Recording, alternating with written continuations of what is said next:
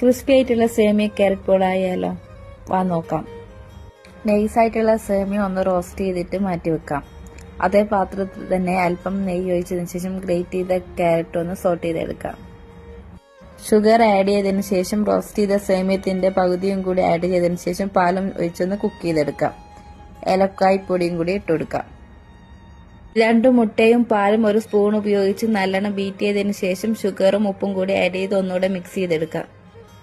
നേരത്തെ തയ്യാറാക്കിയ സേമിയ ക്യാരറ്റ് മിക്സും കൂടി ഇട്ട് കൊടുത്തതിന് ശേഷം 1 സ്പൂൺ മൈദ ഇടാം. മൈദ ഇടുന്നത് ഒന്ന് തിക്നെസ് വരാൻ വേണ്ടിയിട്ടാണ്. ഇനി ഇതിലേക്ക് അണ്ടിപ്പരിപ്പും മുന്തിരിയും കൂടി ഇട്ടെടുത്ത് ഒന്നുകൂടെ മിക്സ് ചെയ്തെടുക്കാം. ഇനി പോളോ ഒന്ന് സെറ്റ് ചെയ്തെടുക്കാൻ വേണ്ടി ഒരു പാത്രത്തിൽ അല്പം നെയ്യ് ഒഴിച്ചതിന് ശേഷം ഈ ക്യാരറ്റ് സേമിയ കൂട്ടും കൂടി ഒഴിച്ചതിന് ശേഷം 1 സ്പൂൺ ഉപയോഗിച്ചൊന്ന് ലെവൽ ചെയ്തെടുക്കാം. ഇനി ഇത് അടച്ചു വെച്ചൊന്ന് 2 മിനിറ്റ് കുക്ക് ചെയ്തെടുക്കാം. അധികം കുക്കാകുന്നതിന്റെ മുന്നേ തന്നെ നേരത്തെ റോസ്റ്റ് ചെയ്ത് വെച്ച സേമിയം കൂടി ഇട്ടൊന്ന് ലെവൽ ചെയ്തതിന് ശേഷം പിന്നെയും ഒന്ന് അടച്ചു വെച്ച് കുക്ക് ചെയ്തെടുക്കാം.